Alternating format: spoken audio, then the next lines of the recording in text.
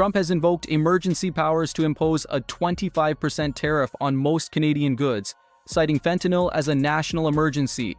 Despite the fact that available data show the vast majority of fentanyl entering the United States comes through the southern border with Mexico, not from Canada, those tariffs were later raised to 35%.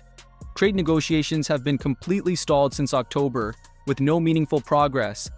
According to data from Statistics Canada, Canada's economy contracted by 1.6% in the second quarter alone, a figure that clearly reflects the broader spillover effects of trade tensions. On the other side of the border, the damage has been no less severe. The U.S. tourism industry is projected to lose up to $29 billion this year, as the number of Canadian visitors to the United States has declined steadily for 10 consecutive months. And those are only the headline figures. The real cost is being felt in people's lives. Howard Miller, a 99-year-old furniture and clock manufacturer based in a region that was once Hofstra's congressional district in Michigan, announced in July that it would permanently shut down, leaving 195 workers without jobs. The company stated plainly that Trump's tariffs had driven the prices of essential components, items that cannot be produced domestically, to unsustainable levels. This is not a distant forecast. It is a reality unfolding right now. Our closest ally, our largest trading partner, and a democracy that has stood alongside Canada in every major conflict for more than a century, is being pushed into an increasingly unstable relationship at a cost that both sides are already paying. And so we have placed that relationship in the hands of an ambassador capable of eroding trust far faster than professional diplomats typically spend years building it. To understand how matters deteriorated to this point, we need to look at the full trajectory, because this was not the result of a single impulsive moment. Pete Hoekstra was never the model of a traditional career diplomat. He is a former Republican congressman who served 9 consecutive terms in Michigan and was also one of the co-founders of the Tea Party movement. During Donald Trump's first term, he was appointed U.S. ambassador to the Netherlands, where he quickly became embroiled in controversy after falsely claiming that the country contained no-go zones controlled by Muslims. Following intense public and media backlash, he was forced to retract the statement and issue a public apology. But the story did not end there. Rewind to 2003. As a member of Congress, Hoekstra testified before the House Ways and Means Committee on the steel import tariffs imposed by President George W. Bush. At the time, he laid out a very clear argument. Steel prices, Hoekstra said, should be set by the market, not by government intervention. He warned that import tariffs would sharply raise input costs for furniture manufacturers and many other businesses in his district, leading to higher prices, longer production times, and ultimately job losses. In his own words at the time, the jobs that disappeared would never return. Now fast forward to 2025. Hoekstra finds himself on the front lines defending Trump's tariff policies, the very tariffs he argued 2 decades earlier would seriously harm American workers. So what changed? The answer lies not in economics or principle, but in politics. Plain and simple. Let me be clear about how these tariffs actually work in practice, because this is the crucial point many people still misunderstand. When Donald Trump imposes a 25% tariff on Canadian goods, that is not money Canada transfers to Washington. Contrary to what the president often claims, no foreign country directly pays money into the U.S. Treasury as a result of these tariffs. In reality, the tax is collected at the border from American importers. It is U.S. companies that pay the tariff when the goods enter the country, and those costs are then passed directly on to consumers through higher prices. According to the Tax Foundation, the tariffs imposed by Trump amount to an average tax increase of roughly $1,200 per American household in 2025. This represents the largest tax increase borne by Americans since 1993. For Canada, the impact is even more severe. Exports to the United States account for roughly 20% of Canada's total GDP, leaving the economy particularly vulnerable to trade barriers. The Canadian Chamber of Commerce estimates that if the 25% tariff is maintained, Canada's GDP could contract by as much as 2.6%, equivalent to an average loss of about $1,900 per year for every Canadian household. Put simply, the effect is no different from having nearly $2,000 withdrawn directly from each family's bank account without consent and with no way to avoid it. This is the very real price that people on both sides of the border are already paying and will continue to pay. But this is the point that most deeply concerns analysts. and it is also the most complex part of the entire story. The Canada-United States-Mexico Agreement, commonly known as CUSMA, was negotiated and finalized during Donald Trump's first term. When the agreement was ratified in 2019, Trump himself praised it as the best trade deal the United States had ever signed. CUSMA was designed with a clear objective: to ensure tariff-free trade flows among the three countries for qualifying goods. So how has Trump been able to impose the current tariffs anyway? The answer lies in his invocation of the International Emergency Economic Powers Act, arguing that fentanyl trafficking constitutes a national emergency. Legal experts across the political spectrum agree that this represents an unprecedented expansion of executive power. The Supreme Court of the United States is now examining whether a president can disregard duly signed trade agreements by unilaterally declaring a national emergency. Gordon Giffen, who served as U.S. ambassador to Canada under President Clinton, told ProPublica that Trump is obsessed with tariffs, and that once a trade agreement exists, he often assumes any president who signed it must have been foolish. The irony, of course, is that the agreement now being ignored is his own, and someone may need to remind him of that fact. Consider a simpler analogy. You sign an agreement with your neighbor to share gardening tools free of charge, so both households can save money. Then one day, you declare a neighborhood emergency, scrap the agreement, and start charging a 35% fee every time your neighbor borrows your lawnmower, while you continue to use their snowblower without restriction. In essence, that is exactly what is happening now, and the knock-on economic consequences are already beginning to surface. According to the Canadian Federation of Independent Business, 63% of Canadian businesses report higher costs, 53% report lower profits, 48% have seen declining revenues, 42% are facing supply chain disruptions, and 36% have been forced to pause investment plans. Just 7% say they have not been affected. On the US side, the state of Michigan, the home state of Hoekstra, is being hit particularly hard. Canada is Michigan's largest international trading partner. Each year, the state exports roughly $23.3 billion worth of goods to Canada, including cars, trucks, auto parts, furniture, and agricultural products. That figure exceeds the combined export value of Michigan's next four largest foreign markets, underscoring just how deeply current tariffs are putting this relationship at risk. According to a survey by the Michigan Retailers Association, nearly two-thirds of retailers surveyed in May said they had been forced to raise prices because of tariffs. The Michigan Department of Agriculture also confirmed in late August that wheat exports were down 89% year-over-year. Fresh cherry exports had fallen 62%, and fresh apple exports were down 58%.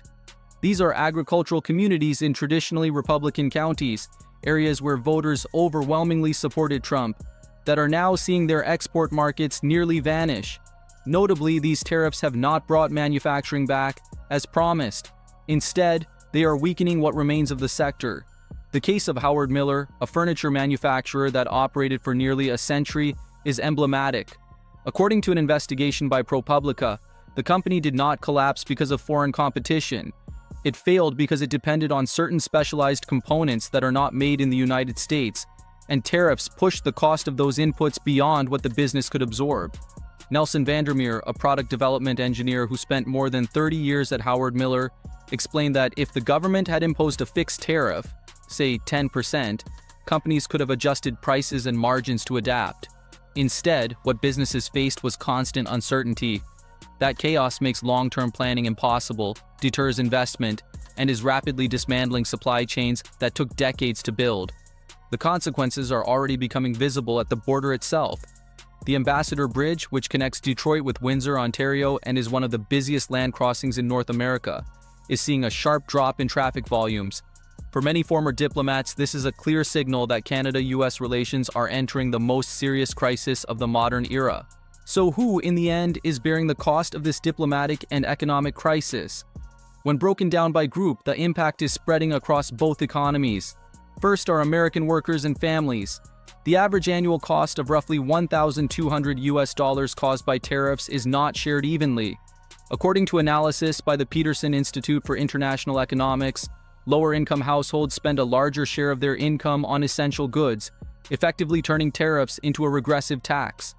For many families in Michigan, buying furniture, household appliances, or a new car now means paying thousands of dollars more as prices are driven up by tariffs. At the same time, mortgage rates remain elevated, partly because recession fears triggered by tariffs have forced the Federal Reserve to keep interest rates higher for longer. First-time homebuyers are increasingly being pushed out of the market as housing costs move further beyond their reach. Small businesses, meanwhile, are caught in an impossible bind. Consider a small manufacturer in the US Midwest that specializes in custom-machined industrial components. Because certain specialized steel and aluminum inputs are not produced domestically, the firm must import them from Canada. When tariffs are raised to 35%, input costs surge. The business is left with only three options: absorb shrinking profit margins, raise prices and lose customers to international competitors not subject to the same tariffs, or shut down altogether. An increasing number of firms are being forced to choose the last option. On the Canadian side, the Canadian Federation of Independent Business reported in its August survey that businesses are pausing investment at an alarming rate. That means no new equipment purchases, no production expansion, and no new hiring. When investment stalls, economic growth stalls with it. And when growth weakens, jobs are lost, creating a negative spiral that can take years to reverse. Large corporations are also being pushed into difficult decisions. MillerKnoll, the furniture maker where Pete Hoekstra once served as a vice president, acknowledged during its earnings call that first-quarter gross margins had declined compared with the year earlier, largely due to tariff-related costs. The company has imposed surcharges and raised prices. That means senior management's compensation remains intact, while consumers are left paying more for office chairs. Meanwhile, Stellantis, the Netherlands-based automaker that owns Chrysler, Dodge, and Jeep, has announced major investments in plants across Michigan, Illinois, Ohio, and Indiana. The United Auto Workers has argued that tariffs were a key factor behind these decisions. What receives far less attention, however, is that Stellantis is simultaneously pulling production out of Ontario. The result is that some U.S. states gain jobs while Canadian workers lose them, while the North American auto industry as a whole becomes less efficient and less competitive than its European and Asian rivals. International partners are also watching closely.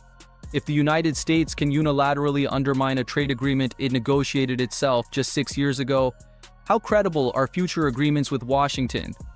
The European Union, Japan, and other allies have begun discussing ways to reduce their dependence on the U.S. market.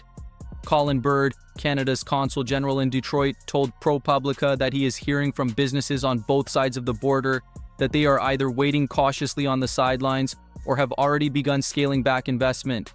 According to Bird, goodwill toward the Canada-US relationship remains strong, but the short-term damage is undeniable. The ripple effects are now clearly visible. The U.S. tourism sector, from hotels to restaurants and attractions, is projected to lose up to $29 billion in 2025 as Canadians cut back on travel to the United States. Statistics Canada has recorded a continuous decline in Canadian visitors over 10 consecutive months, leading to reduced hours and job losses for hotel workers in Buffalo, Seattle, Detroit, and Minneapolis. In the opposite direction, Canada's retaliatory tariffs, applied from March through September and still in effect on steel, aluminum, and automobiles, have dealt a heavy blow to the U.S. bourbon industry. Bottled bourbon exports to Canada fell by roughly 60% in the first 9 months of the year, compared with the previous year, forcing distilleries in Kentucky to lay off workers. Experts are issuing increasingly stark warnings. Economists at BMO estimate that if the 25% tariff remains in place, Canada's economic growth could be reduced by nearly 2 percentage points. As Canada's economy weakens, it will buy fewer American goods, meaning the United States itself cannot avoid the negative fallout. This is a self-inflicted economic cycle, obscured by the language of nationalism. The human stories behind those numbers are deeply painful. Nelson Vandermeer, who spent more than 30 years at Howard Miller, said he loved his job and his colleagues, and that losing all of it came as a devastating shock. With 10 years still to go before retirement, he now finds himself competing with hundreds of others for jobs that barely exist in his small Michigan community, after the company collapsed as a result of the trade war. From both a legal and economic standpoint, the expert consensus is fairly clear. Many lawyers and economists across the political spectrum argue that the current situation is unsustainable, legally questionable, and risks leading to an economic disaster. The use of emergency powers to impose tariffs is widely seen as running contrary to the original intent of the law, which was designed to address genuine national security threats. not to sideline Congress or nullify trade agreements. The Supreme Court of the United States is reviewing the matter, and many scholars believe the court could strike down the tariffs on the grounds that they constitute an abuse of executive authority. Former diplomats have also been outspoken.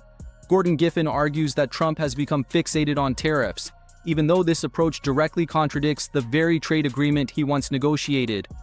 Ambassador Hoekstra's conduct has likewise been described as unprecedented and fundamentally at odds with core diplomatic principles such as restraint, respect, and relationship building.